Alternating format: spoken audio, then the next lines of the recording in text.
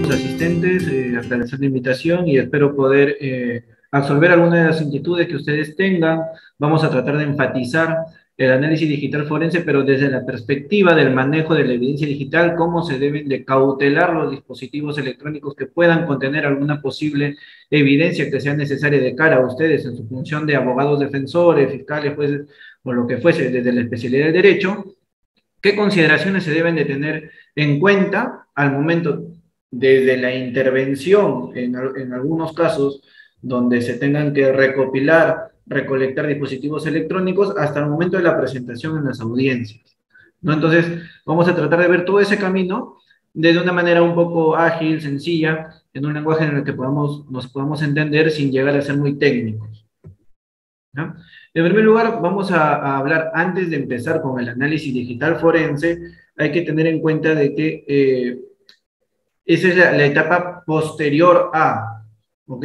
El análisis digital forense es una etapa ya netamente de actividad operativa del perito, del especialista, de la persona que estará a cargo de intentar de recopilar información que pueda ser útil dentro de un proceso legal. En cualquiera de sus instancias, por ejemplo, muchas veces nosotros nos desenvolvemos, en mi caso, por ejemplo, atendiendo casos de tipo laboral, de tipo administrativo, civil, arbitraje. En estos momentos estoy llevando un caso de arbitraje, penal, lógicamente, temas de compliance en investigaciones internas dentro del sector privado, ¿no? Entonces, hay muchos campos, muchos ámbitos donde se necesita muchas veces presentar o buscar una evidencia digital. Entonces, primero, ¿qué es una evidencia digital? Debemos partir desde ahí, ¿no? ¿Qué es una evidencia digital o a qué se considera una evidencia digital? A cualquier registro informático que pueda estar almacenado en un dispositivo, ya sea que esté en reposo o que esté en tránsito. ¿A qué me refiero de que esté en reposo o esté en tránsito? Por ejemplo, un documento electrónico que se encuentre en mi ordenador, en mi computadora, en mi tablet, en mi celular, será un documento electrónico estático, que ya está en reposo, que está almacenado. ¿A qué se refiere cuando está en tránsito? Cuando se va a analizar en otro entorno un análisis de tráfico de red, donde, por ejemplo, una entidad bancaria está siendo víctima de algún tipo de ataque cibernético y donde necesitamos recopilar información de la red para poder tratar de, primero, contener el ataque y posterior hacer una respuesta a incidentes para poder terminar en el análisis forense digital, intentar de ver cuál ha sido el vector de ataque y quiénes han sido los posibles autores de este incidente, ¿no? Esa sería más o menos la diferencia entre que la data o el registro esté de manera almacenada o que se encuentre en tránsito. Pero ¿cuál es la finalidad? ¿Cuál es la finalidad de recopilar este tipo de información? Es que pueda tener un valor probatorio dentro de un proceso de investigación. Es decir, las evidencias, como ustedes bien saben, como persona de derecho, no se pueden obtener así porque sí. No se pueden obtener de manera informal, no se pueden obtener, como se dice, pues al champazo, ¿no? Muchas veces se piensa de que como es algo informático, es algo técnico, recaban a cualquier persona en la especialidad informática, que bien tiene los conocimientos quizás para poder recabar información o entender. Sin embargo, no conoce cuál es la metodología adecuada para la presentación de la evidencia digital, no conoce cuáles son los riesgos alrededor de la manipulación de una posible evidencia digital. No sabe cuál es la metodología que debe de seguir para que lo que se pueda encontrar como una evidencia digital pueda ser admitido y valorado dentro del proceso legal. Entonces, esas consideraciones son las que vamos a tratar de hablar ahora para poder aterrizar las ideas. Es cualquier otro dato que pueda relacionar un delito, ¿no?, con su víctima o con su autor, ¿no? Por ejemplo, muchas veces también necesitamos, la evidencia es un chat, una conversación por WhatsApp, ¿no? Necesitamos recabarla.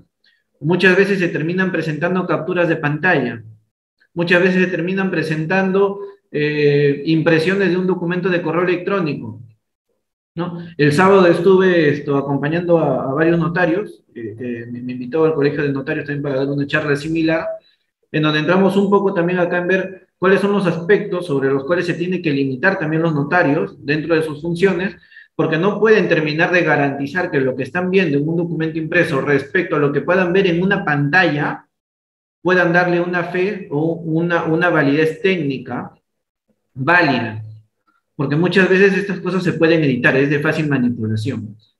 ¿No? ¿Qué más podemos hablar sobre la evidencia digital?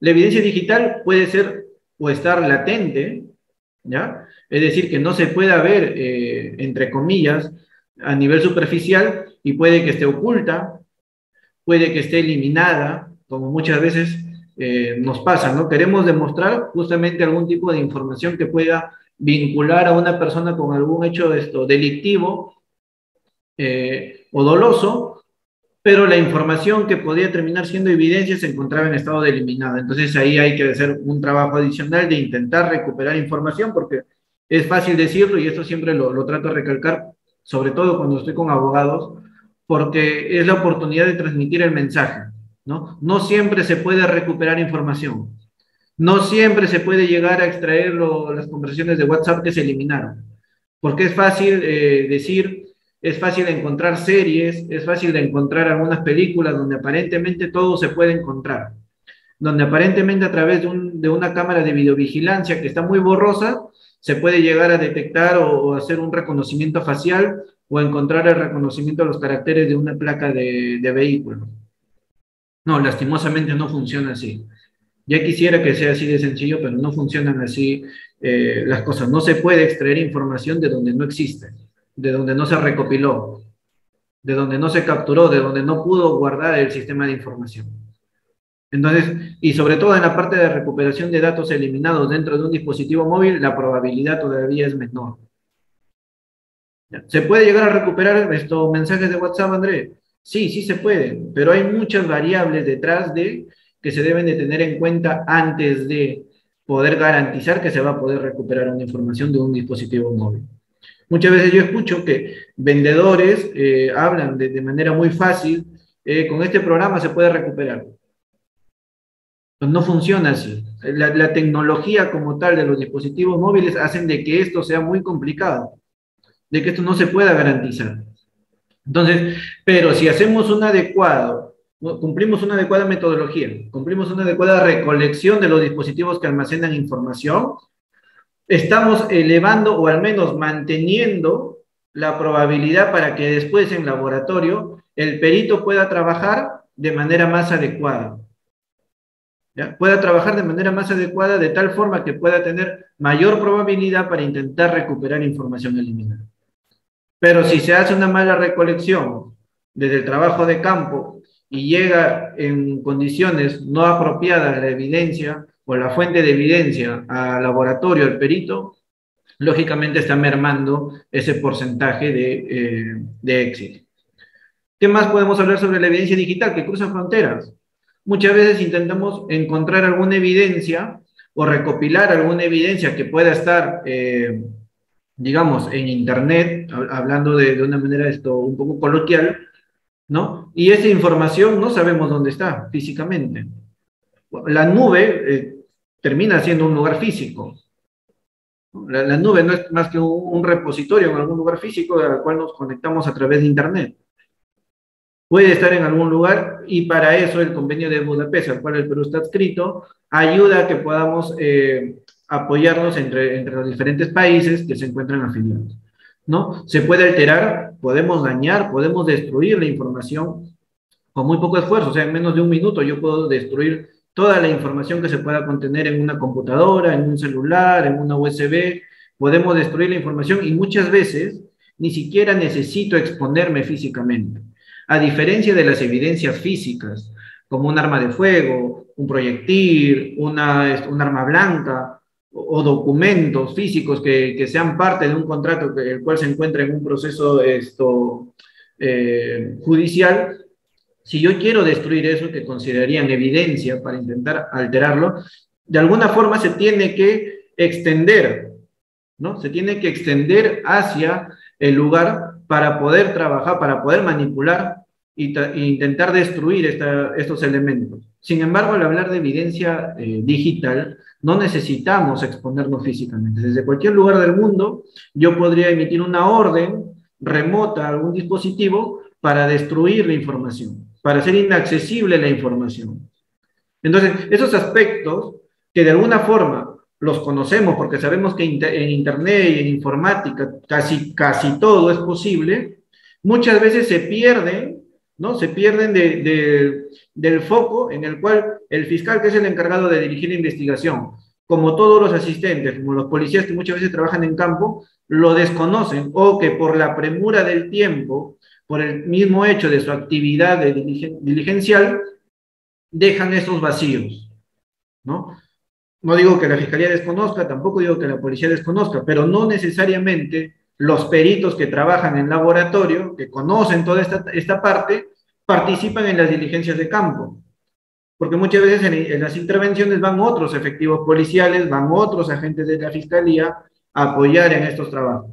Entonces, es necesario que, digamos, en ambientes como este que genera Audiópolis, para poder transmitir un poco de conocimiento, o al menos recomendaciones, sirvan para poder difundir cada vez más esto que es una necesidad, ¿no? Si hace un tiempo, o sea, esto no es nuevo, ¿no? Y esto debe, Ministerio Público publicó un manual de manejo de evidencia digital en 2018, pero a la fecha todavía seguimos teniendo muchas personas involucradas a la misma fiscalía que desconocen la existencia del manual, ¿no? Entonces, hay que difundir, hay que seguir trabajando en esta parte. Otro punto sobre la evidencia digital es que es sensible al tiempo. Lo que les decía, el tema del borrado, el intento de recuperar información. Muchas veces me dicen, Andrés, necesito recuperar información, pero es un chat del 2016. Es un chat del 2016 y en ese año yo utilizaba otro celular, que ya no lo tengo. O sea, ya de dónde quieres que haga aparecer esa evidencia que ahora quieres que te sirva.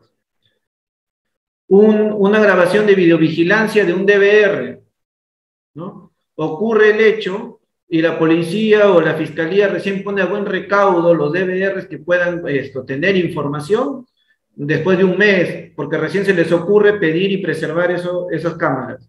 Ya se sobreescribió, ¿no? Técnicamente eso lo llamamos como sobreescritura. Ya se eliminó el video que probablemente contenía la información que era útil, ¿no? Y ya se grabó con otras secuencias de video. Porque muchas veces, ¿qué necesitamos? Imagínense, un video de manera diaria graba 24 horas. ¿Qué le interesa al investigador o al fiscal? 10 segundos, 15 segundos. Entonces, si un DVR almacena 15 días y cada 15 días se sobregraba, pues imagínense cuando nos piden después de un año, ya es imposible. Y todavía quieren que les aseguremos que vamos a recuperar esos 15 segundos donde pasó el vehículo y dispararon a la persona. Imposible, pero ¿por qué lo piden? Por desconocimiento, porque al pedirlo ya están formalizando esa solicitud, están nombrando a un perito, están consumiendo recursos de un perito que de por sí ya tienen sobrecarga de trabajo, ¿no? Intentando creer que va a poder recuperar esa información, ¿no? Haciendo diligencias que no se hicieron en el momento adecuado. Y para eso el fiscal tiene que tener toda esa visión de que los dispositivos electrónicos, en el caso de los DVR, se sobrescriben de manera periódica y que va a depender de cuántas cámaras y de cuánta capacidad de almacenamiento interno tenga para poder calcular o estimar cuál es el tiempo de sobreescritura, ¿no? Entonces son consideraciones que no nos podemos alejar del aspecto técnico, pero que al menos debe estar al alcance la información básica dentro de todos los operadores de justicia, dentro de todos los letrados, porque lastimosamente nos vamos a ver involucrados, ¿no? Nosotros dependemos de ellos, como también ellos van a depender en cierta medida de nuestra función como peritos. ¿Qué más? Por ejemplo, este es un extracto de lo que nos dice el mismo manual del Ministerio Público respecto a las características de la evidencia digital. Y estas son las características generales de la evidencia digital, ¿no? Que decimos que es volátil. ¿Por qué? Porque cierta parte de la información se almacena en un espacio que se conoce como memoria RAM, o memoria volátil dentro de cualquier dispositivo. El celular tiene una memoria RAM, sus computadoras, sus tablets tienen una memoria RAM que se conoce como un espacio de almacenamiento temporal. Entonces, muchas veces se encuentran ahí ciertos tipos de información.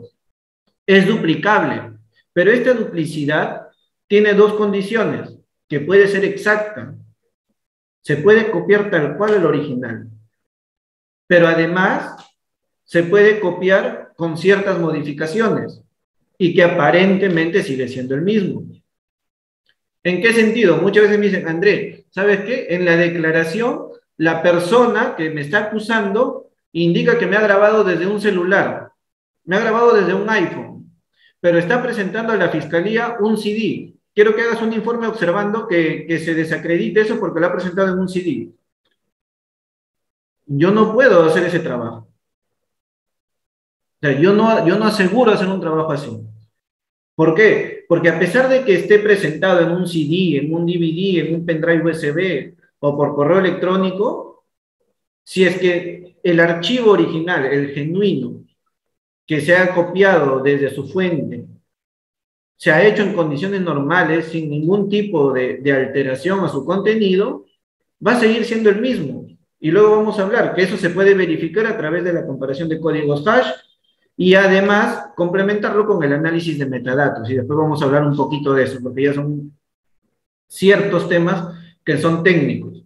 El hecho de que yo almacene eso dentro de una memoria pendrive, un USB, información que yo haya extraído de un celular, no quiere decir que ya se contaminó al haber hecho el intercambio del archivo de un lado a otro. No necesariamente quiere decir que se ha contaminado. No necesariamente quiere decir que no es el mismo. Para eso se tiene que hacer un análisis y no decir de que como no se ha presentado en la fuente, no es el mismo. Claro, de cierta forma eso motiva a que se practique un peritaje, pero no es 100% decir de que como está en un pendrive, no es el mismo. Toca analizar el archivo del pendrive para con fundamentos técnicos intentar observarlo, pero no por el hecho, el argumento, no es que es un pendrive y me grabaron en un celular iPhone, por lo tanto, chao, no vale. No, falso. Hay consideraciones que se pueden tener en cuenta, porque como digo, la evidencia es duplicable. Y esto, como les hablaba a los notarios el fin de semana, acá ya no es que un papel le saco copia de copia de copia, de copia de copia y se va degradando. No, acá ya no. Yo puedo yo puedo duplicar un archivo 1000 veces y puede mantener el mismo código hash. Y le puedo cambiar el nombre y lo puedo grabar en un CD, en una USB, mandarlo por correo electrónico y va a seguir manteniendo el código hash.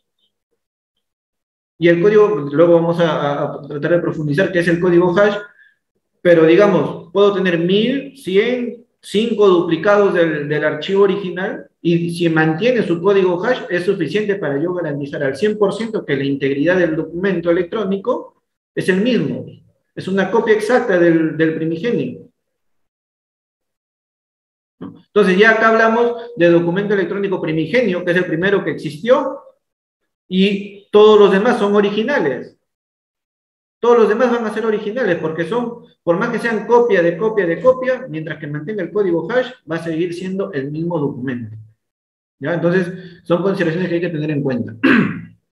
¿Es fácil de alterar? ¿Es fácil de modificar? Efectivamente, es muy sencillo intentar alterar la información al amigo Bernardino. Después vamos a tratar de profundizar respecto al código hash. Para avanzar, les decía que otra característica de la evidencia digital es que es fácil de alterar, fácil de modificar, fácil de atentar contra la integridad del de los documentos electrónicos que podrían ser evidencia, y muchas veces las observaciones que uno termina haciendo por vacíos técnicos se deben a que por desconocimiento las personas terminan utilizando medios de información o de traslado de datos irregulares o que terminan afectando a la integridad del archivo. Por ejemplo, si yo quiero compartirles un archivo de audio que acabo de grabar de un celular, ¿no? Descargo el audio y digo, le quiero compartir a Reader y más fácil, mejor para que, como Reader es abogado y me va a ayudar a sentar la denuncia, le mando por WhatsApp.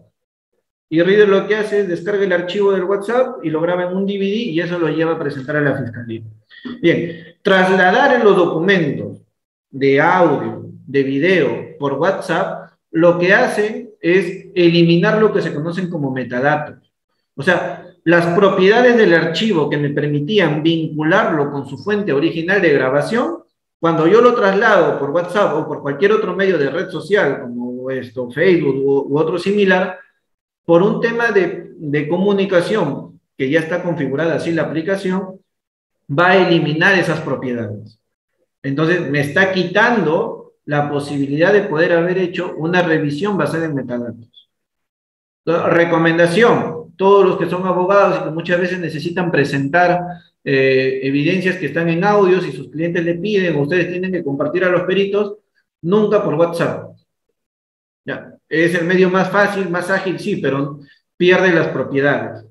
Y a los fiscales de igual forma, ¿no? Cuando se traslada por WhatsApp, ya está de más pedir hacer una autenticación, porque como se pierden las propiedades, no se puede autenticar que el archivo sea auténtico, ¿no?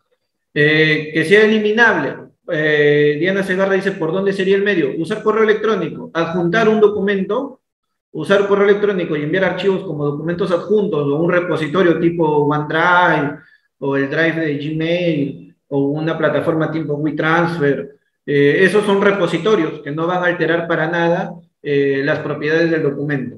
Entonces, con eso ustedes pueden garantizar que no les va a afectar al documento que ustedes quieren presentar como evidencia, ¿no? Es eliminable, ¿no? Porque, lógicamente, si yo tengo acceso a un ordenador, podría, ¿cómo dice? Bueno, luego esto, el amigo Juan Vargas, luego por favor voy a tratar de leer las preguntas. Les decía que otra característica de la evidencia digital es que es de fácil eliminación, ¿no? Yo les indicaba de que yo puedo eliminar de manera remota información de un dispositivo móvil, de una computadora. Yo puedo tener instalado en mi computadora personal algún programita que cada vez que yo reinicio la computadora me borre todos los registros. O un programita que cuando yo esté en cualquier parte del mundo, mientras que mi computadora tenga acceso a internet, si yo quisiera mandarle la orden de destruir la información. Entonces, si no se pone a buen recaudo los dispositivos electrónicos, si no se aísla de la red, existe el riesgo de que esto se pueda eliminar. Existe el riesgo de que esto se pueda eliminar. Y no esperen que alguien se acerque físicamente a encender la computadora para borrar. O no esperen que alguien se acerque a manipular el celular de manera directa, porque esto se puede hacer de manera remota. Y para eso hay consideraciones que hay que tener en cuenta.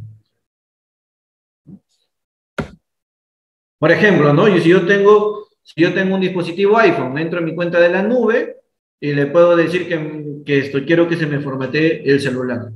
Entonces, basta que el celular se conecte unos segundos a internet, va a recibir la instrucción, recibirá la orden y terminará destruyendo la data que estaba en el dispositivo. Y lo mismo pasa en Android a través de su cuenta de Gmail, y similar yo podría hacer afectando la información de un ordenador, de una computadora, de una tablet, de lo que fuese. ¿No? ¿Qué más? Respecto a la informática forense, porque ahora ya hablamos un poco de lo que es evidencia digital. Eso es lo que quería comentarles. ¿Qué era la evidencia digital y qué características tiene como tal? ¿No? Desde la parte un poco informática, no desde la parte netamente del derecho, que ya habrán otros elementos propias ya de ustedes como letrados, que tendrán en consideración para ver cómo se ingresó, si es que se admite, no se admite, pero nosotros como informáticos tenemos la responsabilidad de poder manipular de manera adecuada estos dispositivos que puedan contener información. Y para eso nosotros trabajamos de la mano con la disciplina que es la informática forense o el análisis digital forense, que es un término mayor, ¿no? La informática forense que se desprende del concepto del cómputo forense, porque antes, digamos, todas las evidencias iban alrededor de computadoras.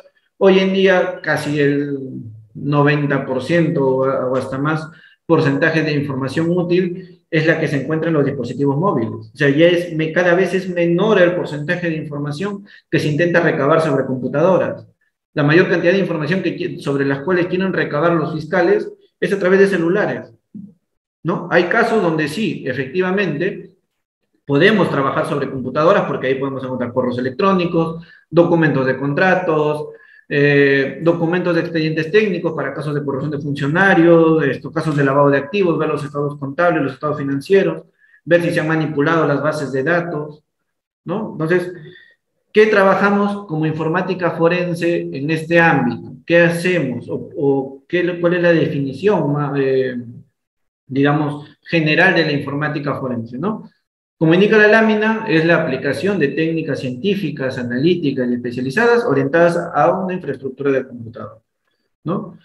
En el cual se va a realizar una identificación, se va a realizar la preservación de la evidencia, se va a realizar el análisis y la presentación de los datos para que estos puedan ser válidos, para que estos puedan ser admitidos dentro de un proceso legal. ¿Qué más? ¿Qué otros conceptos encontramos alrededor de la informática forense? Bueno, que es una disciplina, muchas veces se conoce que es como una disciplina auxiliar, de soporte o de apoyo a la misma criminalística. Otras, que nos apoyamos sobre muchos principios criminalísticos o base fundamental de la criminalística para poder operar sobre ellos. Si es que acá hubieran efectivos policiales, saben que, por ejemplo, una frase muy popular dentro de la investigación criminal es que el tiempo que pasa es la verdad que huye, ¿cierto? Entonces, bajo ese concepto de que el tiempo que pasa es la verdad que huye, imagínense, cada minuto que pasa, yo cuánta información podría estar eliminando de un celular sobre el cual yo sé que podría tener evidencia. Y si la fiscalía va a demorar en reaccionar al intentar recuperar información, peor, ¿no? Es una disciplina de la ciencia forense que considera procedimientos relacionados con las evidencias para tratar de descubrir e interpretar de manera adecuada información con fines de establecer hipótesis o aclaración de hechos, ¿no? Relacionados a un caso que se pueda estar investigando. ¿Qué terminamos haciendo? Pues muchas veces se presenta o empieza un proceso de investigación a través de capturas de pantalla, a través siempre de papeles, ¿no? Casi siempre empiezan en papeles, y la informática o el especialista en forense digital, en general, a través de herramientas adecuadas, porque vamos a tener que disponer de herramientas adecuadas, buscará recopilar las evidencias de los dispositivos que están involucrados de este procedimiento para aclarar que estos indicios realmente existieron y podemos interpretarlo de manera adecuada para que puedan realmente ya ser presentados como una evidencia y ya luego será el juez quien valore si todo este procedimiento de actuación ha sido el adecuado para que lo pueda admitir, ¿no? ¿Qué más tenemos? ¿Por qué las capturas de pantalla no se consideran una evidencia? ¿Por qué la presentación de correos electrónicos en formato impreso no se consideran una evidencia? Solamente se considera un indicio. Y como bien se dice, los indicios van a terminar siendo evidencias si nadie los refuta, ¿no? Entonces, si yo presento capturas de pantalla de unas conversaciones por WhatsApp, si yo presento un documento impreso correspondiente a un formato de correo electrónico, pues simplemente, si nadie los observa, terminarán siendo admitidos. Tuvo un proceso donde, en un caso, solamente a través de capturas de pantalla, una persona había estado cerca de 9 meses privada de su libertad, ¿no? Porque en su momento su abogado defensor desconocía. En su momento no se presentaron las objeciones necesarias y con una simple mala interpretación de las personas, pues terminaron indicando de que como estas capturas de pantalla era suficiente para sentenciar a una persona. Entonces, la página web que, por ejemplo, ven en la lámina es una página que nos permite crear conversaciones falsas. No, lo que yo estoy mostrando es una página y yo puedo eso descargarlo como si fuese una captura de pantalla. Puedo hacer la apariencia de que es una captura de pantalla basada en un celular Android o un celular de iPhone. Yo ya sé cuál es la foto que tiene Reader en su perfil de WhatsApp. Puedo descargar esa foto, colocarla en esta página y ponerle a Reader y hacer una simulación de que me están debiendo, ¿no? O que Reader se ha comprometido en hacerme un favor. Invento una conversación, le pongo que lo leyó, le pongo que lo reenvió, le pongo que Reader quizás estuvo con poca cobertura de señal, que yo estuve utilizando Wi-Fi. Se pueden hacer todo el tipo de personalización que uno requiera Y es por eso que no se puede tomar en cuenta unas capturas de pantalla, así nada más como una evidencia digital. ¿Cómo se presentan los correos electrónicos? Pues no se deben de aceptar. Si bien es cierto, ¿no?, a nivel de formalidad para los expedientes judiciales se necesitan tener la representación física del correo, ¿no? Porque al final los fiscales, los jueces lo que necesitan es tener la representación de estos elementos para que lo puedan revisar, analizar, ya sea a nivel de contenido. Pues técnicamente nosotros lo que debemos trabajar es en presentarlos en conjunto con el análisis de su cabecera de correo electrónico, ¿no? Lo que ven a la derecha en esa tabla es, por ejemplo, lo que indica el Manual de Evidencia Digital del Ministerio Público respecto a cómo se deben de presentar los correos electrónicos. Mínimamente debemos de contemplar cuáles son los datos de la cabecera de quién es el emisor, a quién se le envía, quién es el destinatario, si hubieron más personas o más cuentas en copia hacia el correo, cuál es el asunto, la fecha, pero además es necesario, sí o sí, identificar cuáles han sido los servidores que han atendido el envío del mensaje de correo electrónico, así como, voy a poner mi puntero, se puede ver, así como el identificador. Todos los mensajes de correo electrónico, al procesarse en el servidor que utilicemos como gestor de correo, va a generar un identificador único. Cada vez que se procesa un mensaje de correo electrónico en los servidores que utilicemos, ya sea Gmail, Hotmail, Yahoo, cada vez que se envía, esto va a generar un identificador en el servidor que procesa antes de enviarlo. Entonces, ese identificador es único. Esos datos se deben de contemplar como parte de la presentación de un mensaje de correo electrónico que va a servir en algún momento como alguna posible evidencia. ¿Cómo va la evidencia digital en Perú? Bueno, en 2018, a inicios de 2018, Ministerio Público publica, o presenta, mejor dicho, el Manual de Evidencia Digital para uso de todos los funcionarios dentro del Ministerio Público. Este manual fue trabajado desde el Ministerio de Justicia y Derechos Humanos en conjunto con una entidad de Estados Unidos, Abarroli, y como le digo, fue presentado por en aquel entonces el fiscal de la Nación, Pablo Sánchez, ¿no? Es un instrumento, como bien dice, ¿quiénes usarán? Es un instrumento destinado a orientar a los fiscales para trabajar de mejor manera al momento de presentar las evidencias en delitos contenidos en dispositivos digitales y electrónicos. ¿Cuánto se ha mejorado? En sí hemos mejorado, hemos avanzado, pero todavía hay bastante brecha por trabajar, hay bastante camino todavía por trabajar, hay bastantes cosas todavía por seguir difundiendo, sobre todo desde la parte de los abogados, ¿no? Sobre todo la parte de los abogados, en que muchos conocen una parte, pero como les dije al comienzo, ¿no? Se malentiende de que desde la informática todo se puede hacer. Entonces, mi intención ya no es solamente que conozcan que se tenga que presentar evidencia, sino que conozcan realmente qué pasa. Yo les digo, o sea, si yo presento un audio en un USB, no tienen que estar pidiendo de que se desacredite el USB porque no, eso no es un grabador. Si todavía no han recurrido a que se perite el archivo, ¿no? Yo les digo, el archivo se puede duplicar 1000 veces y y la copia 1000 puede seguir siendo un auténtico del original, del genuino, del primigenio. ¿Ya? Entonces, esas cositas son las que yo quisiera que pueda quedar como mensaje.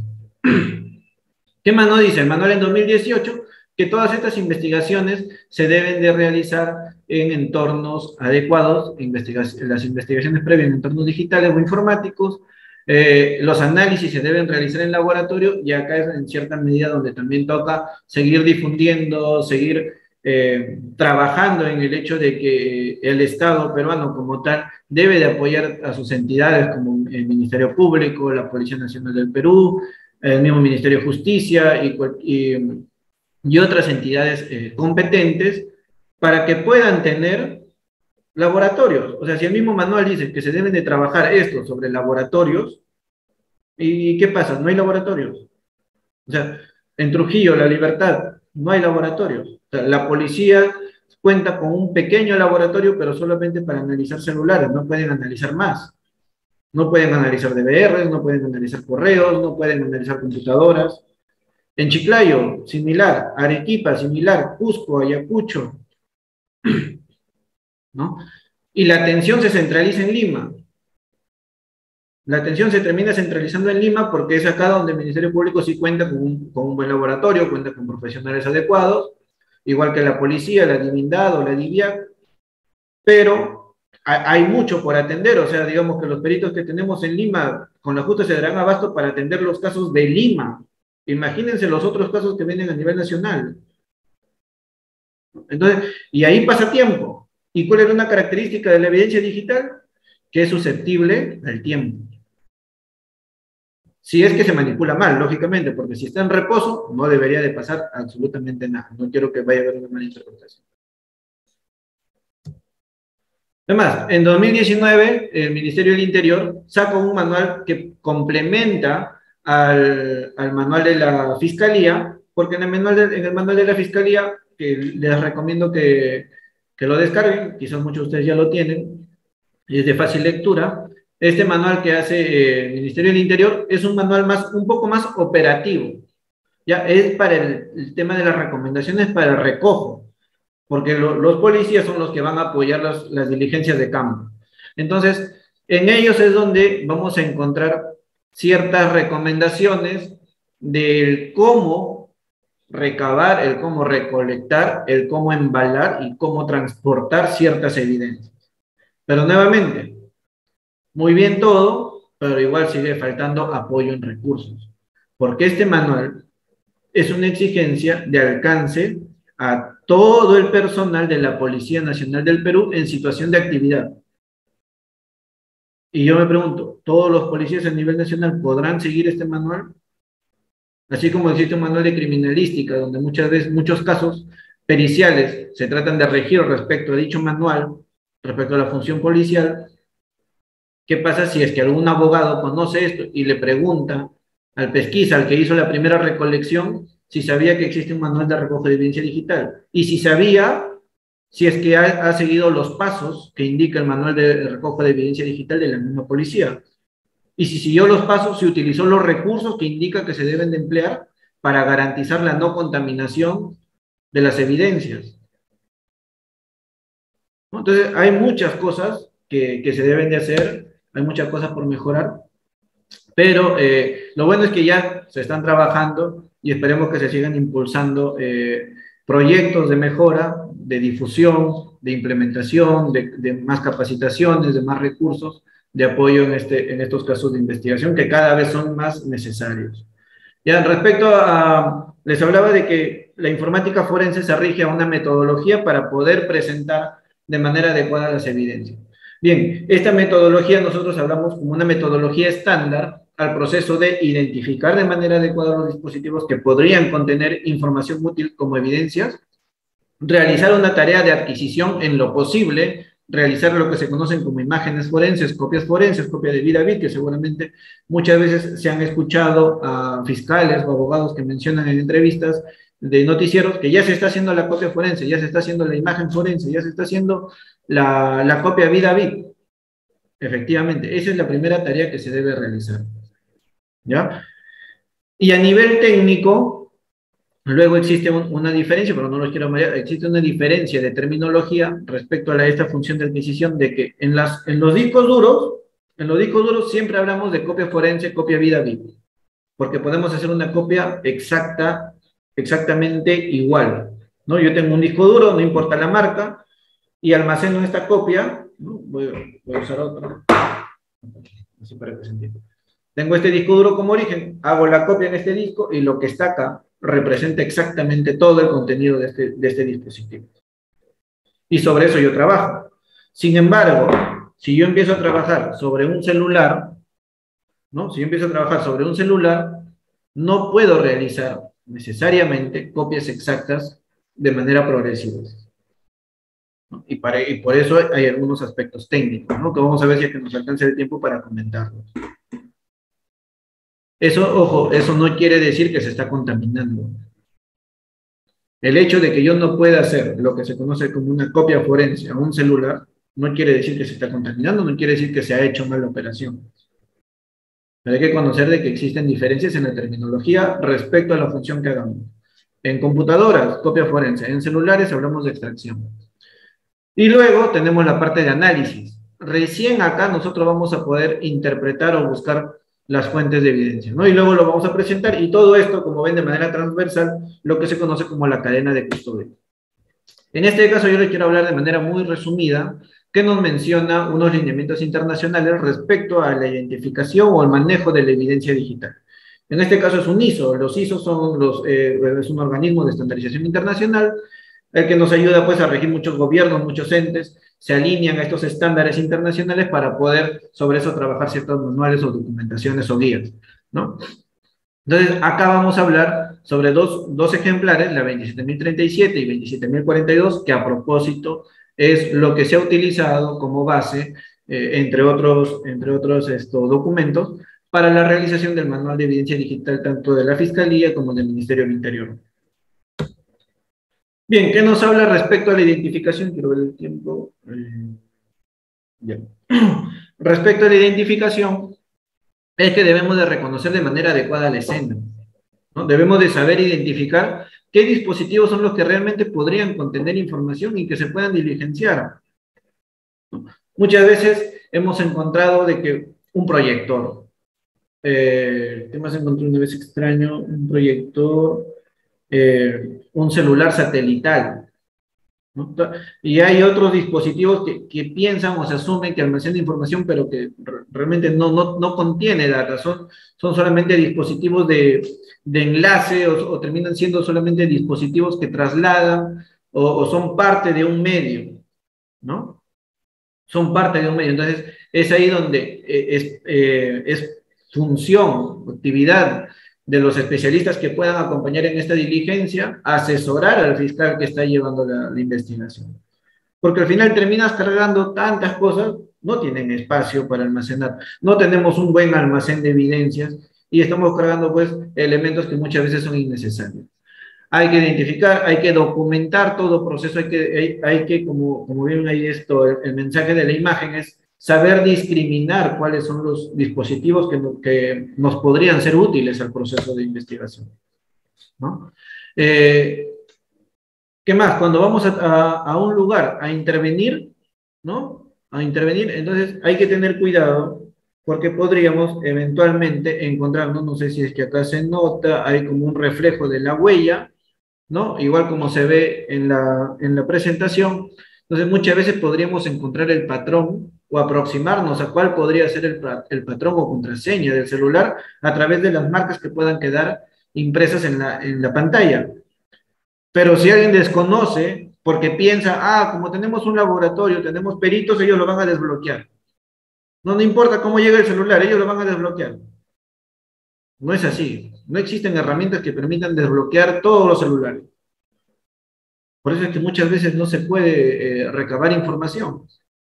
Es complejo, ¿no? Cada vez los celulares presentan más características de seguridad para proteger la información de los usuarios, porque lógicamente ellos no trabajan pensando en que hay que dejarlo abierto para cuando alguien investigue algo. No, ellos trabajan bajo el principio de la seguridad del usuario. Entonces hay que tener ciertas consideraciones, ¿no? Igual, llegamos a un lugar, el equipo está encendido, ¿qué se hace? Se apaga, se desconecta. Antes, las recomendaciones antiguas nos indicaban de que teníamos que desprenderle de energía eléctrica al computador o a la laptop, retirarle su batería. Eso ya no, hace mucho tiempo, eso se dejó de considerar como parte de la función. ¿Por qué? Porque muchos dispositivos, muchos ordenadores podrían estar encriptados. ¿Qué cosa es la encriptación? Es la técnica de poder, utilizando unos algoritmos robustos, encriptar o cifrar la data que se encuentre dentro del disco duro, de tal forma que si alguien quiere acceder, solamente tendría que conocer la contraseña. Pero si nadie sabe mi contraseña, yo no puedo acceder a la data. Y eso es diferente a la contraseña de usuario. Por ejemplo, este disco duro es de una persona, de un trabajador, de una computadora. Yo esto lo conecto a mi ordenador y puedo ver la información, por más que el usuario haya tenido contraseña.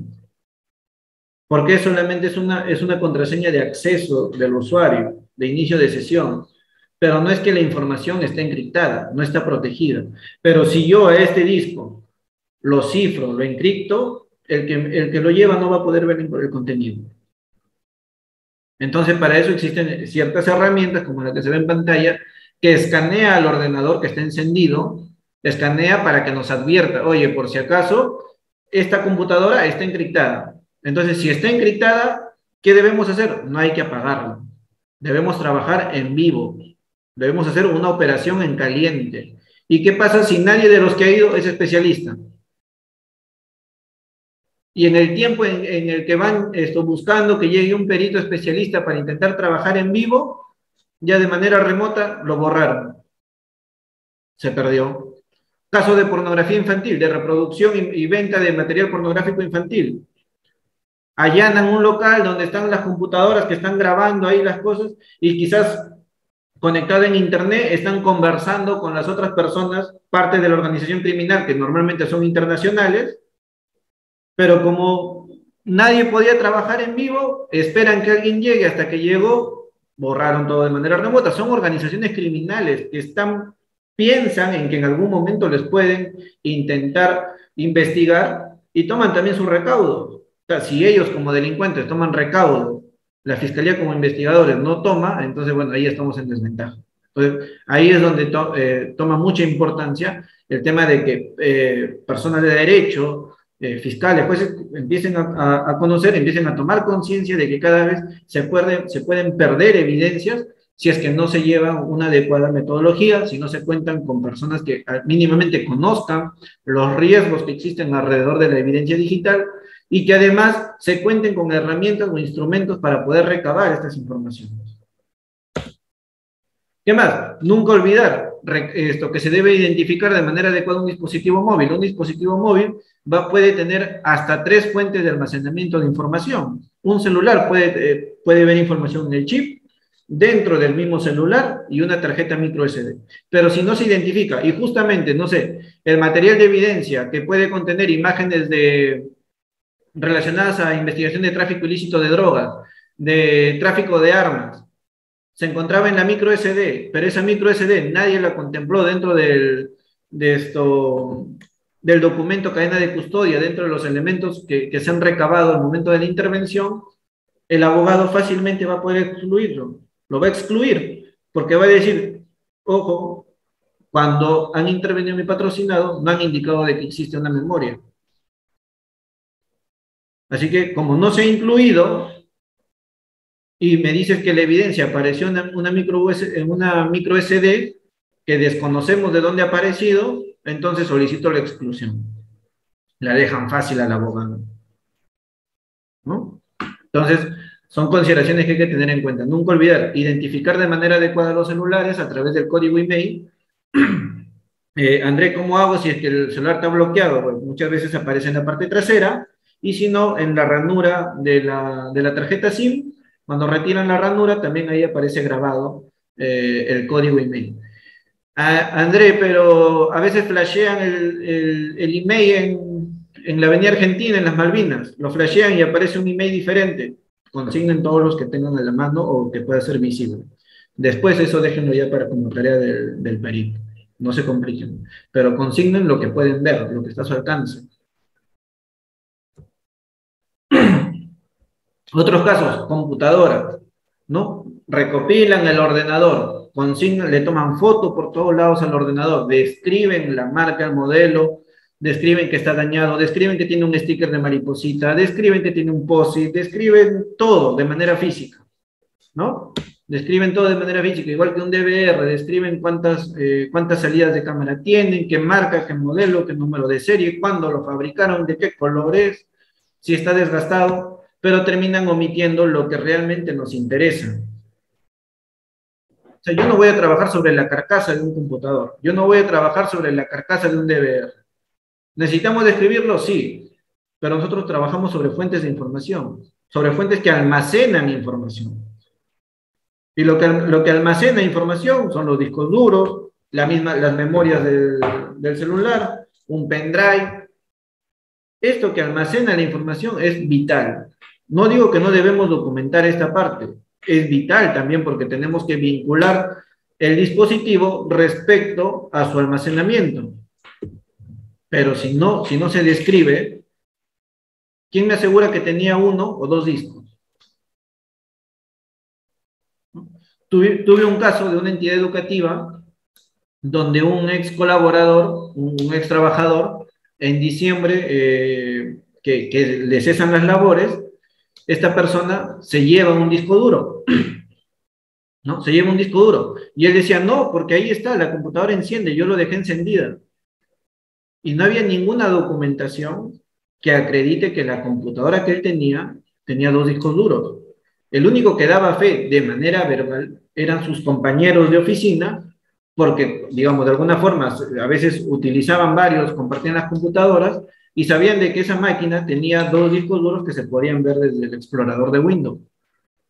Pero él decía, no, ahí está, ahí está, ahí está, ahí está, y la computadora prende, yo lo dejé, nadie me dijo nada, y tocó buscar como evidencia de que esa computadora en algún momento tuvo dos discos duros. Ese fue el trabajo pericial, ¿no? Igual, un DVR podría tener dos discos duros, podría tener uno, o no podría tener ninguno. André, es imposible que no tenga ninguno. Sí es posible, porque muchas veces se implementan sistemas de videovigilancia solamente como monitoreo en tiempo real, no para grabar. Agentes de monitoreo no necesitan grabar, solamente necesitan ver en tiempo real lo que está pasando, lo que está viendo la cámara, ¿no? Entonces, hay que tener esa consideración. Y para eso, pues, tenemos el caso Petroaudios, ¿no?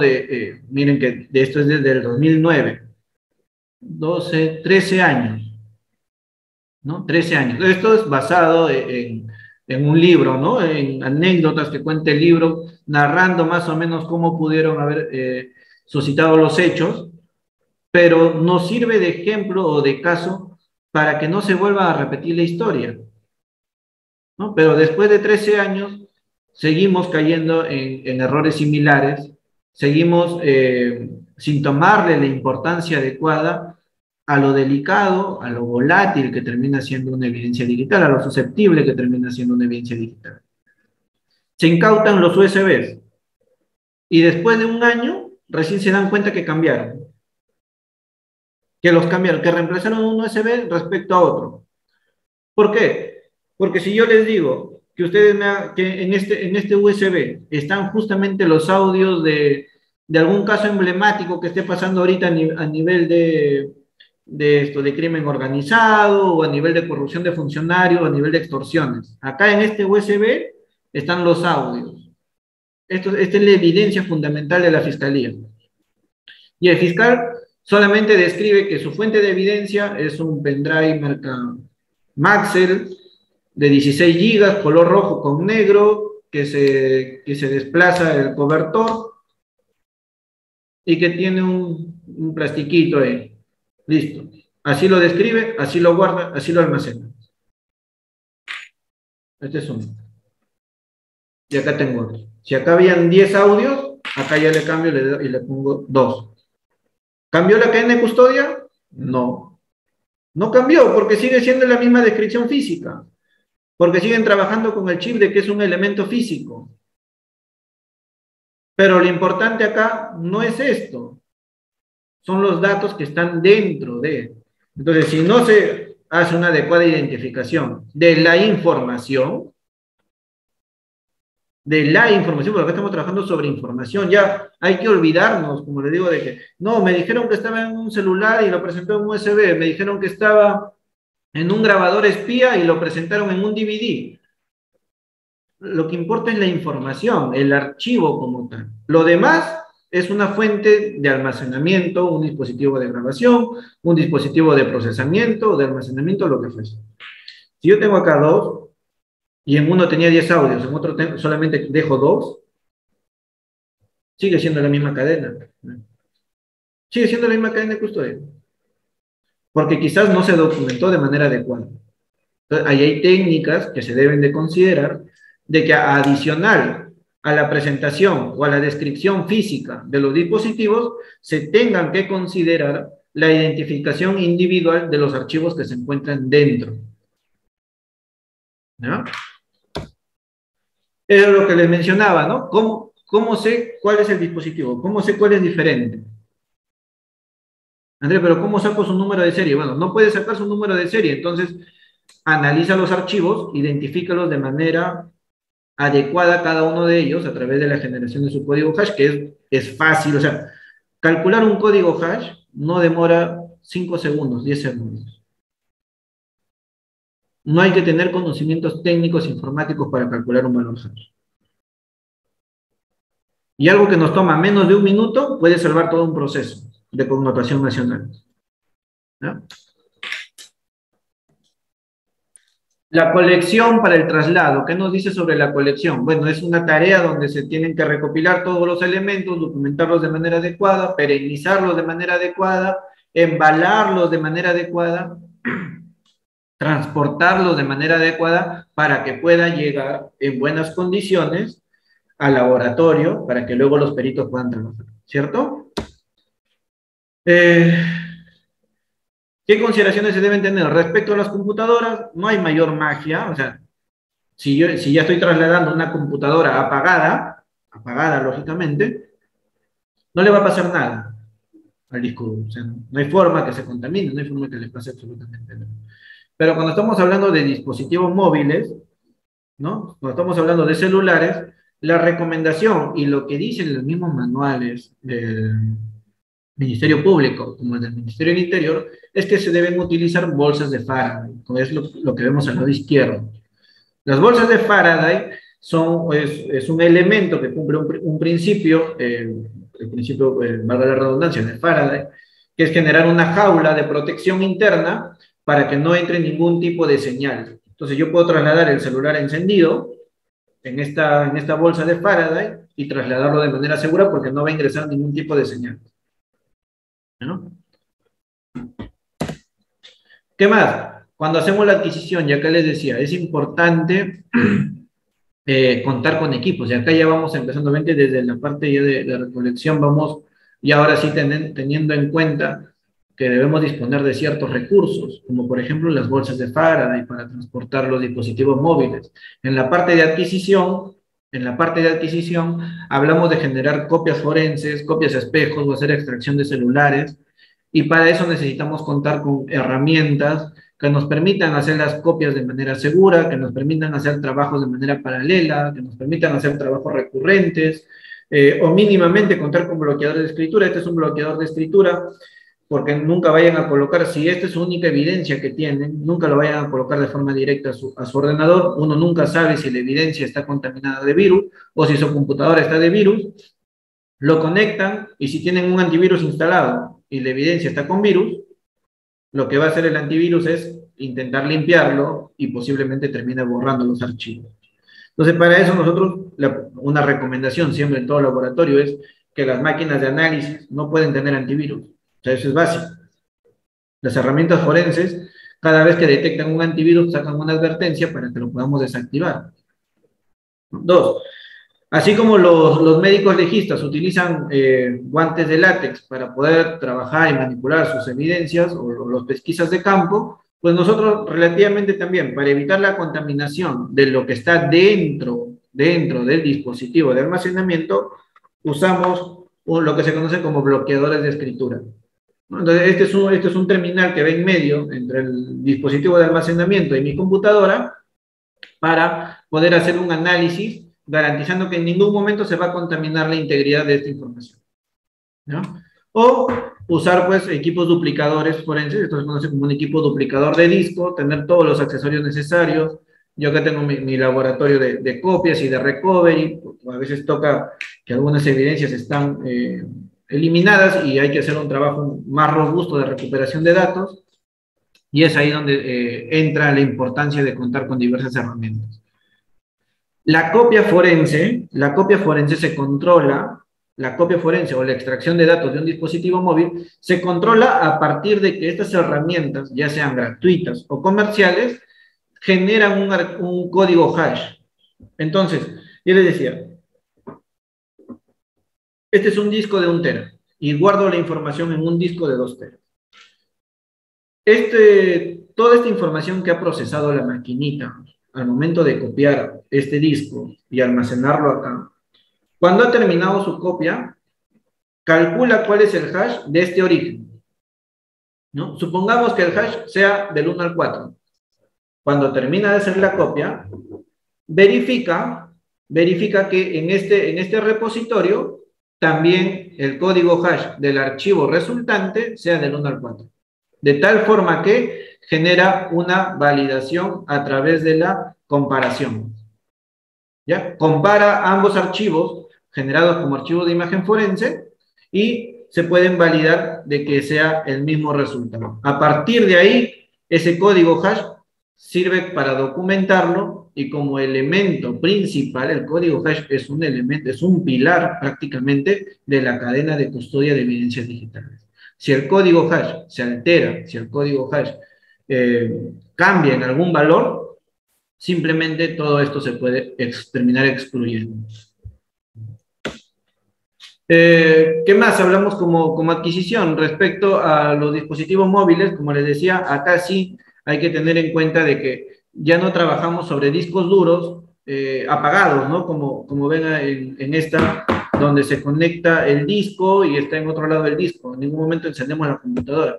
Pues lastimosamente para trabajar sobre celulares siempre necesitamos que estos se encuentren encendidos. Y al estar encendidos, pues van cambiando ciertos registros internos. No quiere decir que está cambiando la información, están cambiando unos registros propios del celular, como por ejemplo la hora, ¿no? La hora va cambiando constantemente, no lo podemos detener. Al cambiar y al finalizar, cuando hace su código hash, pues va a detectar que un registro es diferente y por tanto el valor va a terminar siendo distinto. Ahí hay que documentar de otra forma y explicarlo de otra forma. Respecto a la preservación, pues es el procedimiento, la actividad que tiene como principio o objetivo garantizar de que todos los elementos que nosotros hemos generado en la etapa de adquisición mantengan su integridad a lo largo de todo el proceso, ¿no? Acá se habla de contar con un almacén propio de evidencia digital que nos permita velar tanto por la seguridad física, es decir, de acceso, de control de acceso, pero también de protección lógica. Y vamos a ver después qué consideraciones se pueden tener en cuenta. Vamos a hablar un poquito sobre lo que son celulares, que es la parte más susceptible, ¿no? ¿Por qué es importante la preservación? ¿Por qué es importante la preservación? ¿Se acuerdan que hablamos de este caso Petroaudios en la parte de identificación? Miren qué pasó. Un elemento vital que contenía evidencia categórica respecto, pues, según el libro, respecto a archivos de audio que comprometían a todo un gobierno, pues en el mismo despacho de Palacio de Justicia, después se terminó detectando que se borraron más de 500 archivos. O sea, si en el mismo Palacio de Justicia se pueden borrar archivos, pues imagínense. Imagínense todo lo que podría pasar en otros lugares donde las condiciones de seguridad todavía son más precarias. Entonces, hay que tener, como les digo, hay que tener mucho cuidado porque estas cosas se pueden cambiar fácilmente si no se describen de manera adecuada, si no se individualizan de manera adecuada, porque finalmente ese es el principio de la identificación, individualizar los elementos. Pero si yo describo negro, rojo, max, 16 gigas, es lo mismo que esto. Entonces no estoy individualizando nada, estoy haciendo una descripción genérica.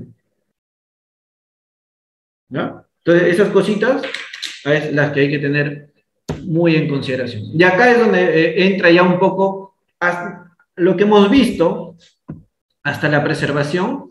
Como ven, son muchas formalidades, son muchos aspectos de recomendaciones, son muchos aspectos basados en metodologías. Todavía no entramos en un aspecto netamente técnico de examinar. Miren todo lo que podemos tener en cuenta de aspectos formales para una posible defensa, para una adecuada exigencia de realización de investigación del Ministerio Público, en cómo ellos quieren presentar. Vemos, ¿han cumplido todas estas etapas? ¿No? Recién entramos, porque ya estamos procesando, ya hicimos nuestra copia forense, vamos a procesarla y vamos a analizarla. Es acá donde realmente, o sea, la palabra, el nombre comercial, siempre hablamos de evidencia digital, ¿no? Pero uno nunca sabe si va a terminar encontrando evidencias. Entonces, es acá donde pasamos de la búsqueda basada en indicios, ¿no? Todo lo que está en este disco son indicios. Será mi tarea, aprovechando las herramientas, mi expertise, mi conocimiento, y otra información que pueda recabar para buscar dentro de esta información y ver si encuentro evidencia. Recién ahí veré si encuentro evidencia o no. ¿No? Y para eso hay que tener cierto perfil de conocimiento, tanto técnico, operativo, pero además de formalidades, además de conocer cuáles son también las exigencias dentro del rol y actuación del perito, ¿no? Porque muchas veces, eso es lo que les decía, ¿no? Terminan buscando un apoyo en alguna persona informática que conocen, que tienen una amistad o que tienen un familiar, pero desconocen ciertas cosas. Tuve un caso de Chiclayo, donde en un caso de homicidio, una familia fue a pedir a un domicilio cercano el DVR de esta casa para que se intente identificar al vehículo sobre el cual habían pasado en esta calle, que habían terminado asesinando a su familiar. No podían conectarlo, o sea, como no displayaba imagen del DVR a la pantalla, al monitor o a la tele, lo llevan a un técnico en Chiclayo. ¿Qué hizo el técnico? No sabemos. El tema es que ya no había información. Se había borrado la información del DVR. Y después nos trajeron, y nosotros, por suerte, porque ellos habían, después que ocurrió el asesinato de su familiar, al día siguiente fueron a pedir a esta familia que por favor les dé el DVR para extraer la información. Entonces, como el disco no generó sobreescritura, para nosotros fue relativamente fácil hacer la tarea de recuperación. Pero para eso hay que tener herramientas especializadas para trabajar sobre DVRs. Posiblemente, lo que dice Álvaro Tinian, ¿no? Estoy leyendo, posiblemente lo restableció fábrica. Lo que pasa es que lo que yo puedo entender que pasó, no, o sea, nadie sabe realmente qué hizo el técnico, es que haya podido conectar ese disco duro de ese DVR en otro DVR quizás de otra marca. Al ser de otra marca, eso es lo que se desconoce técnicamente, cada marca trabaja con códecs y formatos diferentes. Entonces hay un proceso que se llama inicializar. Probablemente inicializó como nuevo en otro DVR, porque el técnico pensó que quizás cambiando el disco, como la computadora, cojo un disco de una computadora, lo pongo en otro, puedo ver su información. Pensó que quizás es lo mismo en el caso de los DVRs y cometió el error y pues inicializó el disco. Eso es como si hubiera formateado la información. Lo bueno, como les digo, es que ya no entró en funcionamiento ese disco y sobre eso pudimos nosotros trabajar la recuperación. Pero para trabajar todo esto necesitamos un laboratorio. Así también lo dice el manual del Ministerio Público. ¿No? Tenemos que contar con herramientas. El Ministerio Público cuenta con sus herramientas, la policía cuenta con sus herramientas, pero todavía falta, como les digo, ¿no? Porque todavía están centralizadas solamente en Lima. Respecto a las herramientas, porque muchas veces también entra en cuestionamiento, no vale porque han usado un programa libre, no vale porque han hecho esto, no vale por lo otro. Bueno, el mismo Interpol indica que los laboratorios pueden usar herramientas open source. Lo que está prohibido es usar herramientas piratas, herramientas craqueadas, herramientas de uso ilegal, no el uso de herramientas libres. Hay muchas herramientas libres que son aprobadas por la misma comunidad forense. Hay muchas herramientas libres que son utilizadas por las principales unidades de investigación en el mundo. Eso no es para observar. No, han usado un software libre, por lo tanto eso hay que excluirlo, porque ellos han usado un programa gratuito, yo usé un programa pagado, el mío vale más. No, ahí, o sea, tratar de eso, como yo le digo a los abogados, eso ya es manotazo de abogado. O sea, no es el fundamento por donde el cual el perito tenga que recomendar hacer el informe o la observación. Herramientas que nos permitan analizar computadoras, celulares, pero hoy hablamos también de la nube. Los servicios que están en la nube, los servicios que están almacenados o gestionados en un servicio en Internet. herramientas que me permitan automatizar búsquedas de imágenes. Imagínense cuánto se puede demorar la policía o la fiscalía en buscar dentro de una computadora. Normalmente cuando yo analizo computadoras, en la categoría de imágenes o celulares, en la categoría de imágenes, háganse una idea, tranquilamente puedo encontrar 50.000 imágenes. Imagínense cuánto se demoraría para que puedan buscar, no sé, caso de tráfico ilícito de drogas, imágenes relacionadas a drogas, bueno, narcotráfico. Buscar uno por uno, uno por uno. Pero existen herramientas, no quiero hablar de nombres, solamente mencionar, existen herramientas que permiten automatizar estos procesos de búsqueda, ¿no? De tal forma de que esto ayuda a la labor de los peritos. Al doctor Miranda, ¿cómo realizar un código HASH? Luego les voy a tratar de mencionar, ¿no? ¿Qué más hacemos en laboratorio, por ejemplo? Este es un caso que me tocó atender, donde se había hecho una operación no autorizada, una operación desde un usuario que no existía dentro de esta entidad municipal. Se había creado un usuario fantasma dentro de la red para hacer una transferencia económica muy considerable hacia una cuenta de un proveedor fantasma, a través de un servicio fantasma. ¿Ya? Esta operación se registra en los servidores del MEF, porque era una operación desde una entidad de gobierno, una entidad pública, mejor dicho, y se registra que se da el día 21 de mayo del 2020, cerca de las 10 de la noche. Cuando hicimos la investigación forense dentro de esta entidad, encontramos que esta máquina, que por parte de la información lo ven ustedes en pantalla, a la misma hora se encontraba haciendo ciertos procesos. La única. ¿Y qué más encontramos? Y acá es donde nosotros decimos que a partir de los ordenadores, de las computadoras y de los celulares podemos encontrar un patrón de conducta, ¿no? Un patrón de conducta. Lo que se ve en rojo es la ejecución de un programa que se conoce como desfragmentación.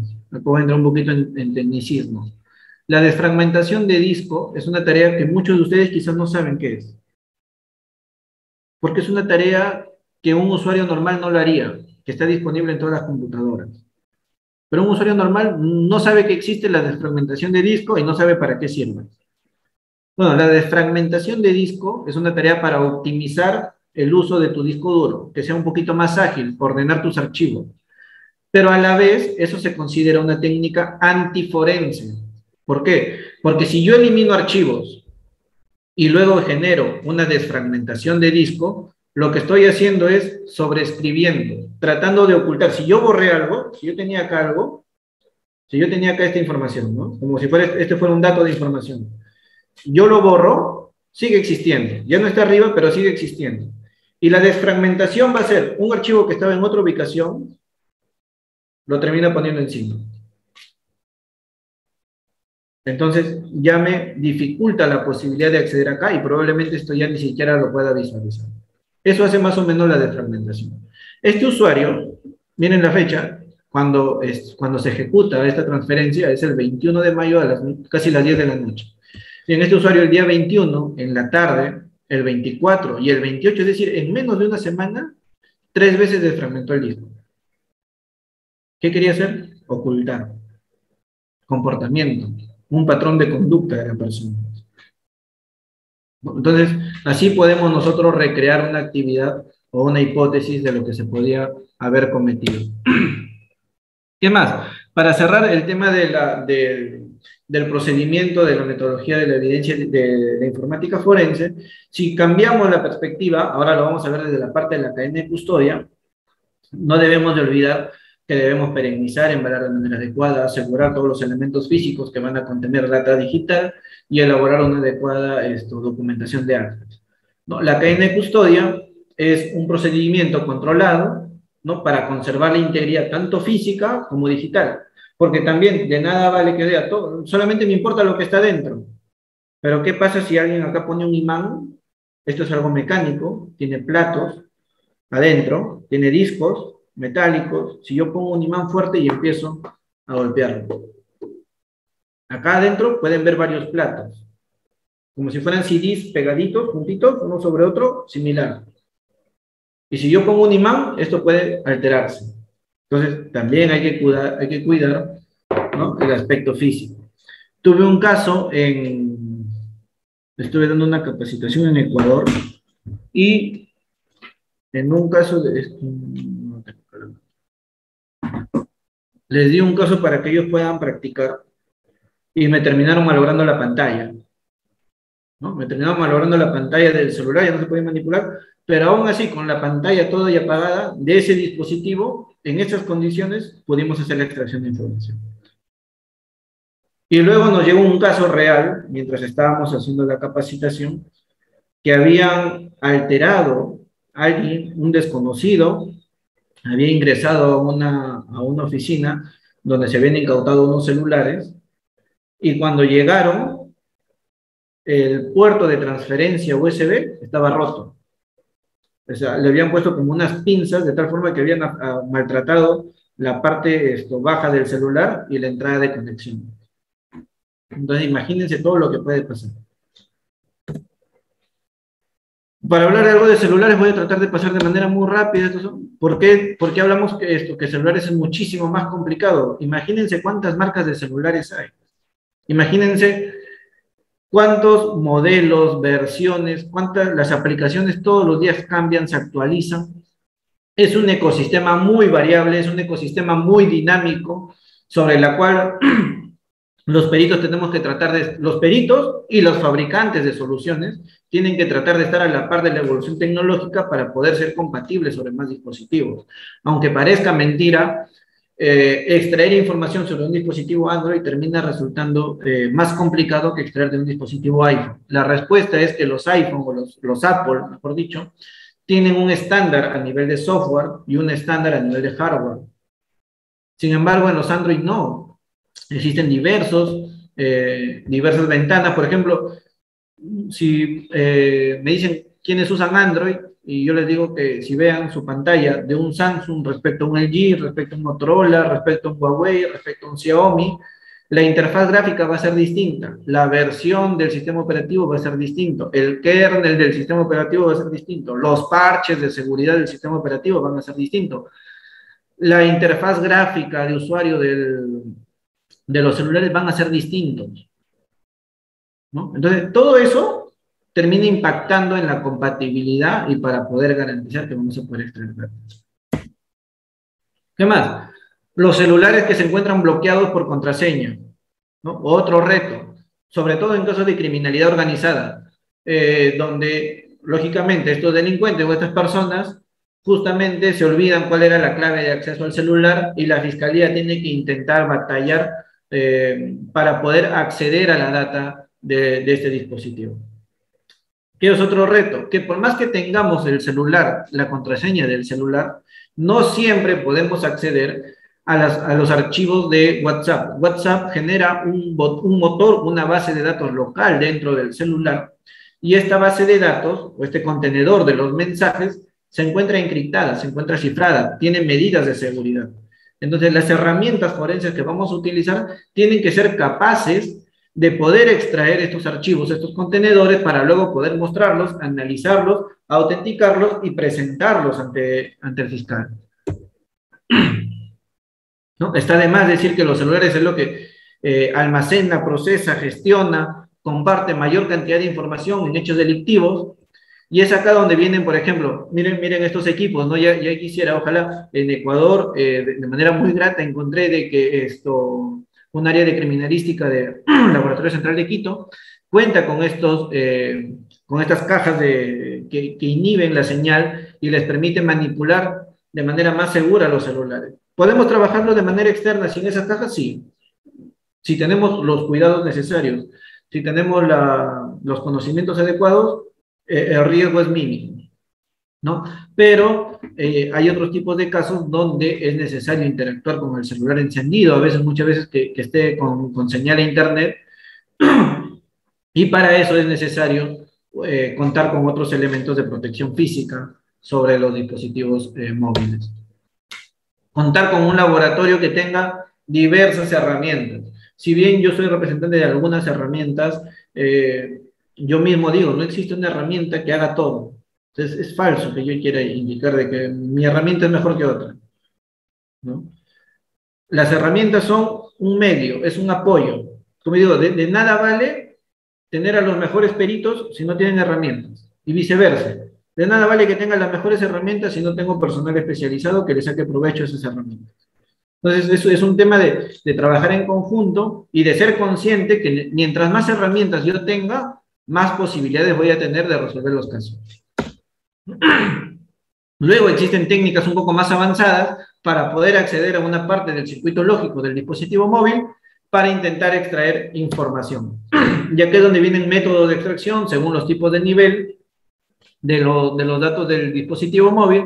Tenemos extracción de tipo manual, lógica, física, chip-off, microlectura electrónica, ¿no? El método manual es donde normalmente interactuamos sobre el dispositivo. Es válido hacer documentación manual basada en captura de pantalla, pero siempre indicando la identificación propia del dispositivo, indicando cuál es la base de datos de WhatsApp, identificando el emisor, el destinatario, toda la metadata alrededor de una comunicación. Para eso hay consideraciones que se deben de tener en cuenta. Método de extracción física. Este caso, por ejemplo, que se ve en pantalla, era un celular de una chica que había fallecido.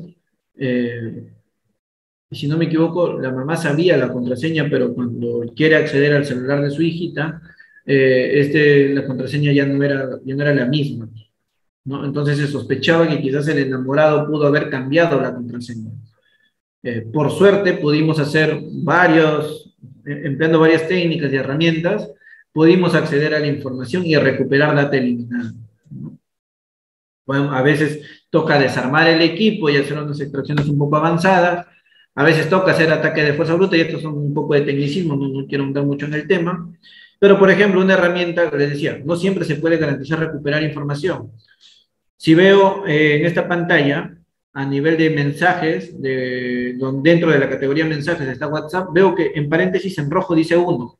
Quiere decir que hay un solo registro recuperado. Y luego veo en archivos que hay más de 90.000 en rojo, que podrían ser registros de recuperados. Ahora, ¿esos recuperados sirven como información para el proceso de investigación? No lo sé. Probablemente no, porque dentro de los 100.000 documentos electrónicos, 200.000 documentos electrónicos que están dentro del celular, a la fiscalía solamente le servía uno. Y ese uno estaba eliminado. ¿Cuál es la probabilidad de encontrar ese uno eliminado dentro de 500.000?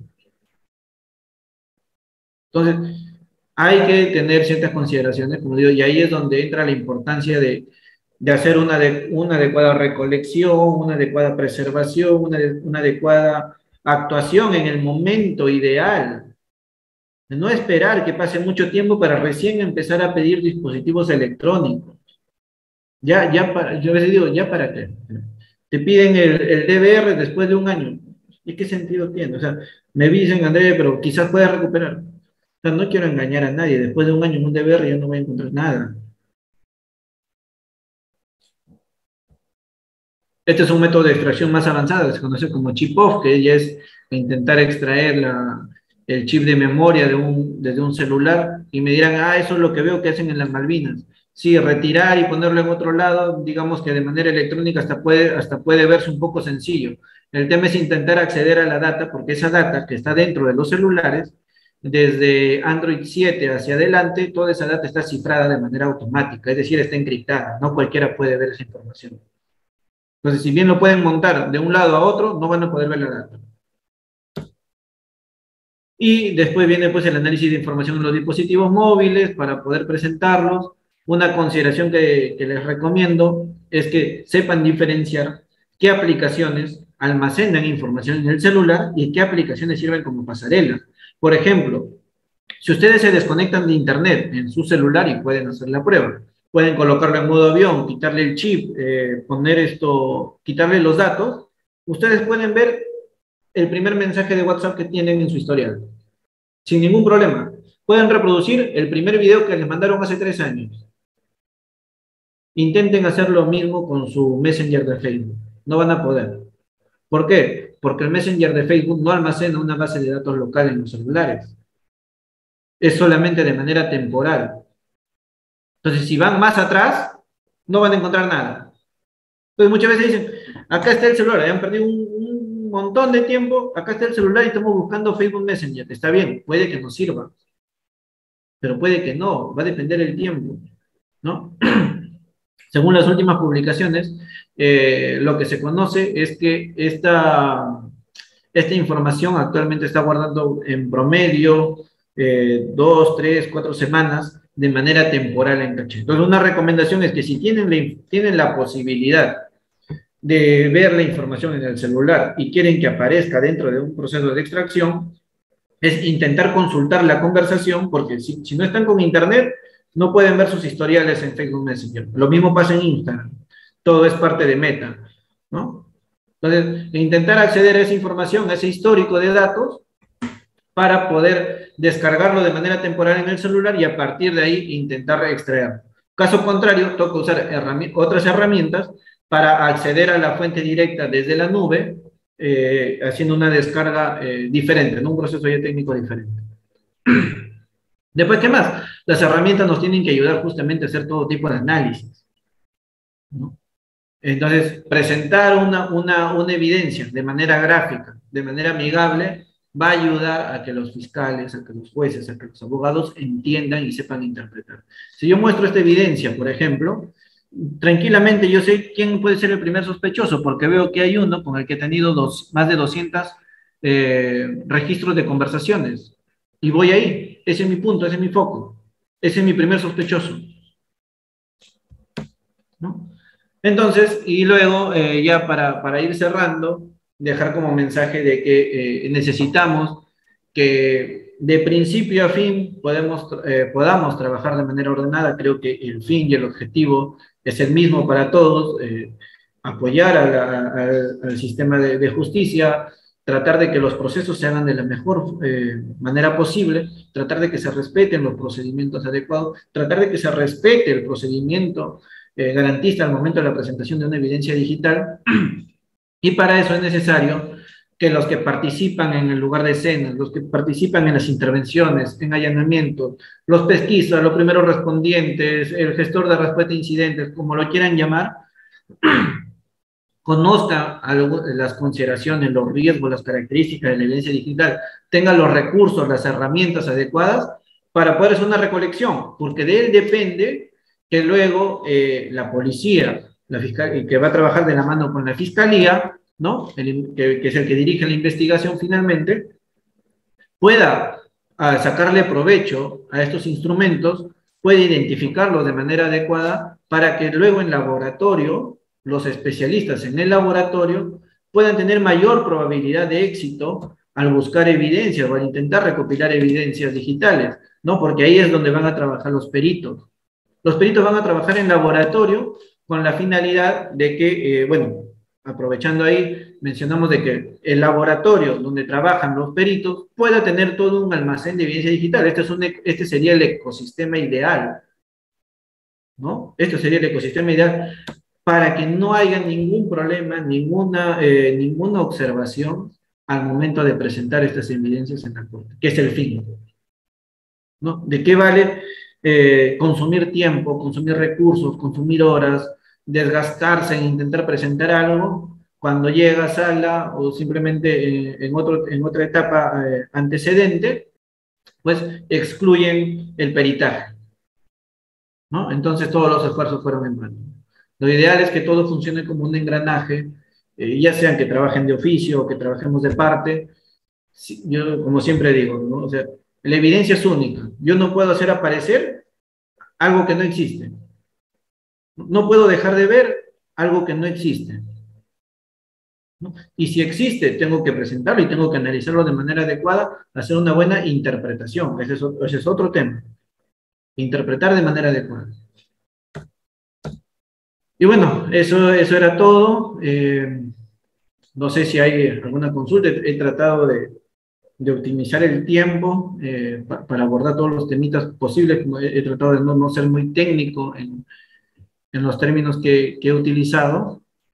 Así que nada, no sé, Reader, si hay algo que atender. Ex- Excelente, doctor Luis. Por favor, tenemos al doctor Mario. Doctor Mario, buenas noches. Está activo su audio. Preguntas puntuales, por favor. Doctor, buenas noches. Buenas noches con los abogados doctores. Una consulta. En parte del imputado, su parte de la defensa puede pedir el perito de parte a la fiscalía para que pueda tener una observación en las evidencias. Gracias. Claro, o sea, los abogados bueno, tienen sus plazos, tienen sus etapas para nombrar a su perito de parte, pero digamos, si ya está fuera de sus plazos y todavía tienen opción de presentar documentación, o sea, ya el informe pericial entraría como un documento, ¿no? Como un documento de informe, podrían presentar un peritaje de parte, ¿no? Nombran a su perito, a su especialista, lo convocan a la fiscalía para que tome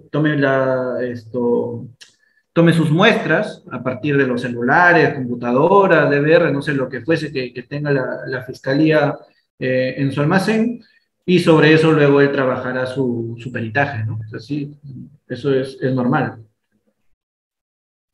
Excelente. Tenemos a pericias psicológicas. Está activo su audio. Por favor, una pregunta puntual. Adelante, por favor. ¿Puede activar su audio? Bien, buenas noches. Los saluda el psicólogo Iván Terbullino, del Centro de Pericias. Gracias por el espacio. Dos preguntas importantes en mérito al trabajo interdisciplinario. La primera, si recomendaría que de modo complementario o quizás como parte de su protocolo de trabajo, de perito de su especialidad me refiero, se evalúe la validez de testimonio de los dueños de la información. Y lo segundo, sugiero un trabajo en equipo, por ejemplo, al escuchar su valioso trabajo, reflexiono que para encontrar un archivo de un paquete de más de 2.000 datos, por ejemplo, se podría hacer en una línea de tiempo con una autopsia psicológica. Gracias por su respuesta. Bien, perfecto. En definitiva, a ver, Andrés Velázquez, que es un perito muy conocido, un especialista muy conocido mexicano, digamos, dentro de toda esta ola moderna de la informática, él, me quedó mucho su mensaje de intentar en lo posible como peritos, a partir de las evidencias que podamos encontrar, tratar de relatar o vincularlo con la hipótesis o con nuevas hipótesis, porque no necesariamente la verdad termina siendo lo que va planteando el fiscal. Si uno es el que está trabajando con las fuentes de evidencia, podemos encontrar otro tipo de relato o interpretar otro tipo de relato. Entonces, en definitiva, también tenemos que trabajar bajo el argumento del mismo propietario de los documentos o del dispositivo. Ya que psicólogo, aprovecho en indicarle, nosotros, el psicólogo, por ejemplo, trabaja mucho lo que es la perfilación de las personas. Nosotros, hoy, a partir de los dispositivos móviles, estamos haciendo perfilación criminal digital. ¿Quién más que un celular para que me dé cuál es el perfil real de cada uno de nosotros? A partir de un celular yo puedo saber cómo hablan. A partir de un celular yo puedo saber qué tantas lisuras, jergas o palabras coloquiales emplean. A partir de un celular yo puedo saber si la persona termina siendo adicta a los juegos de apuestas y por lo tanto es un caso de fraude interno corporativo, que es mucho lo que nosotros vemos en la empresa. Investigamos compañías por defraudación interna y encontramos en la computadora o en el celular que esta persona todos los días para apostando. Entonces es un riesgo alto para cometer una defraudación, pues, ¿no? ¿Qué pasa si veo que esta persona todos los días visita páginas pornográficas? Es susceptible a otro tipo de hechos. La pornografía no es un delito, pero me puede dar ciertas luces, ¿no? Entonces, sí, hay mucho que se puede vincular entre la información que recabamos. Nosotros hemos hecho muchos trabajos en conjunto, como informáticos, junto con psicólogos, aunque no crean, ¿no? Hemos hecho muchos trabajos a partir de análisis de celulares. Yo como informático no me puedo pronunciar respecto a cómo hablan dos personas. Porque al final es contenido, o sea, lo que se dice, si es una insinuación, si eso representa un acoso. ¿Quién se puede pronunciar de eso o basado en otra información? Puede ser el psicólogo, el perfilador criminal o una persona especialista ya en esa materia. No sé si por ahí atendí la consulta. Excelente. Ahora damos pase al doctor Pedro. Doctor Pedro Coila, muy buenas noches. Está activo su audio. Sí, gracias, señor. Bueno, agradecer al perito, excelente exposición. Señor perito, señor, para hacerlo ciertas consultas, lo que usted nos ha explicado, ¿dónde más podemos alimentarnos, no? ¿Dónde más encontramos libros? ¿Cómo nos podemos alimentar? Y también usted ha manifestado de que el Ministerio Público tiene sus peritos. Estos peritos, ¿dónde están? ¿Dónde laboran? ¿No? Porque no se tiene conocimiento. Y también, señor, para preguntarlo si a nivel nacional, digamos, si uno quisiera contar con los servicios de un perito de parte, si usted estaría en las condiciones o dónde podemos encontrar. Gracias, señor. A ver, lo primero, información le puedo compartir a Reader para que les comparta a todos ustedes bibliografía. Sobre todo, como les digo, un material que es muy sencillo de leer, fácil de leer y entender, que es muy didáctico, es el Manual de Evidencia Digital del Ministerio Público, para que tengan también en consideración cómo se deben de recolectar las evidencias en los lugares de intervención, que es el manual de recolección de evidencia digital que fue publicado por el Ministerio del Interior, y otra documentación que pueda hablarse a nivel de evidencia digital, lo comparto yo con Reader en estos días para que les pueda compartir a todos los que están registrados. Respecto a los peritos de la Fiscalía, bueno, todos ellos trabajan dentro de la gerencia de peritajes, esa es la unidad central de peritos, y ellos tienen atención a nivel nacional. Luego, un perito de parte usted puede convocar desde cualquier parte del Perú digamos, presentarlo, ¿no? Como parte de su estrategia, su defensa, o si usted lo necesita. No sé. Excelente, muy bien. Doctor Ángel, y terminamos con el doctor Helman. Adelante, por favor. Perito, buenas noches. Perito, estando que las herramientas para por ejemplo, en este tema es muy importante y todas las fiscalías ya están trabajando. También he visto unas falencias, cómo se puede desarrollar, Perito, cuando mayormente los efectivos policiales, por ejemplo, manipulan primeramente en una pericia. ¿Se cortó? En una entidad y luego dicen que no hemos, por ende, no realicen en otra instancia, en otra pericia, ¿no? Doctor Ángel, Con otros disculpe. peritos, sin otros datos suficientes ahí, perito. Doctor Ángel, no se le escuchó bien, por favor, ¿puede volver a realizar su pregunta, por favor? ¿Sí? ¿No se escucha? Creo que su internet. Ahí, perito, ahora Nuevamente, doctor Ángel, está activo su audio. Perito, ¿me escucha? Ahora sí. Ya. Perito, le estaba preguntando sobre si nos puede dar luces cuando las herramientas, cuando una entidad de efectivos policiales u otros peritos llevan a una entidad los materiales de estos dispositivos y dicen que no han tenido, por ejemplo, para recuperar esos materiales, logística, han manipulado y no han recuperado, pero y nos señalan, ¿no?, que podemos mandar a otro perito que tenga las capacidades. En esa manipulación y el traslado se puede perder mucha información, perito, que es lo que nos recomienda, ¿no?, como perito especialista. Gracias. Ya, si el primer perito, es que el escenario es amplio, ya, el escenario es amplio, porque puede que, por ejemplo, ¿no?, llevan al laboratorio de análisis digital forense de la policía de Trujillo. Yo tengo muy buenos amigos. Pero ellos tienen herramientas especializadas, como les digo, para analizar celulares. ¿Qué pasa si les llega un disco duro?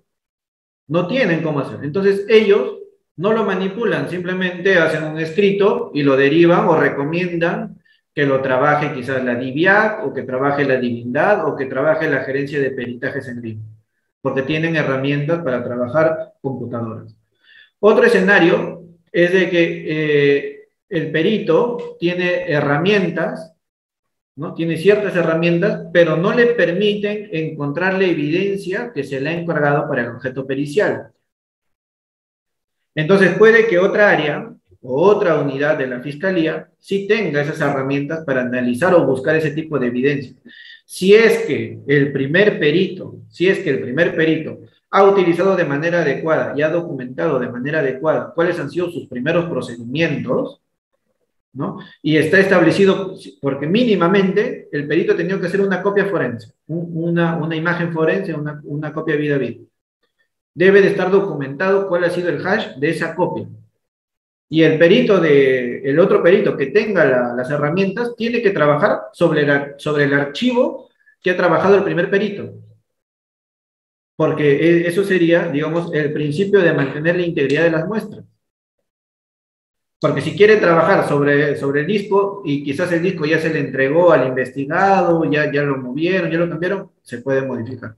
Pero si es que han trabajado con las herramientas adecuadas, usando un bloqueador de escritura, usando herramientas especializadas, en teoría digo, no debería de haberse contaminado ni alterarse. Ya saben que hay otro factor que no se puede controlar, que es la interacción humana. Eso ya no se puede controlar. Excelente, y ahora damos pase al doctor Germán y culminamos la presente sesión. Adelante, por favor, una pregunta. Muy buenas noches. La consulta es la siguiente. Si en un sistema de base de datos ha sido alterado hace 2 años, realizar que se practique una pericia informática a esta fecha, ¿tiene alguna validez? Y la siguiente pregunta es, si el registro de transacciones de una base de datos no se ha guardado o se ha eliminado, ¿los datos que contiene la base de datos son fiables para un peritaje informático? Gracias. Gracias por la pregunta. Tiene dos partes interesantes. Primero, respecto al tiempo y la trazabilidad, no hay ningún problema siempre y cuando podamos verificar de que esos registros de auditoría asociados a la base de datos pues mantienen su integridad o están protegidos, ¿no? Hablamos de base de datos, pues, entiendo yo que estamos hablando mínimamente de un SQL Server o un Oracle quizás, ¿no? O cualquier otra de este tipo de aplicaciones de tipo de core empresarial o del nivel de gobierno, robustas.